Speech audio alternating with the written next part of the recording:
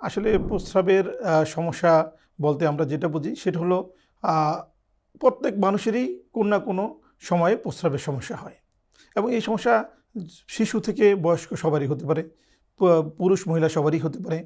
তো এইটা সমস্যা বিভিন্ন কারণ আছে, এক এক বয়সে এক এক ধরনের কারণ, আবার পুরুষদের এক ধরনের কারণ, মহিলাদের এক ধরনের কারণ, অর্থাৎ এক একটা মানুষের এক এক কারণে হয়।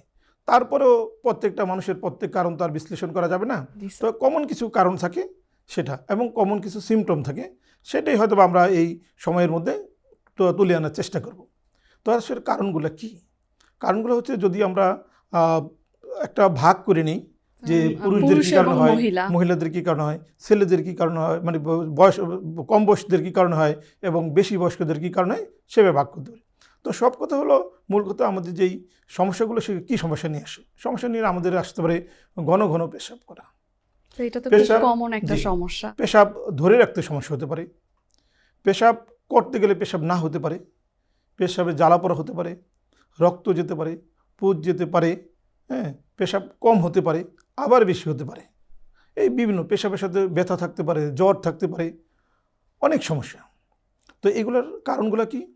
কারণ এক হতে পারে, যদি আমরা পুরুষ বয়সদের ক্ষেত্রে চিন্তা করি, সেটা বয়স একটা ফ্যাক্টর হতে পারে।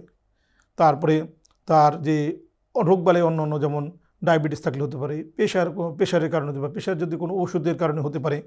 তারপর যে পুরুষের বিশেষ কিছু গ্রন্থি আছে, প্রোস্টেট গ্রন্থি, সেটা বড় হলে হতে পারে, কিছু ইনফেকশনের কারণে হতে পারে, প্রস্রাবের থলির যদি ধারণ ক্ষমতা কমে যায় কিংবা বড় হয়ে যায়, এই কারণে হতে পারে।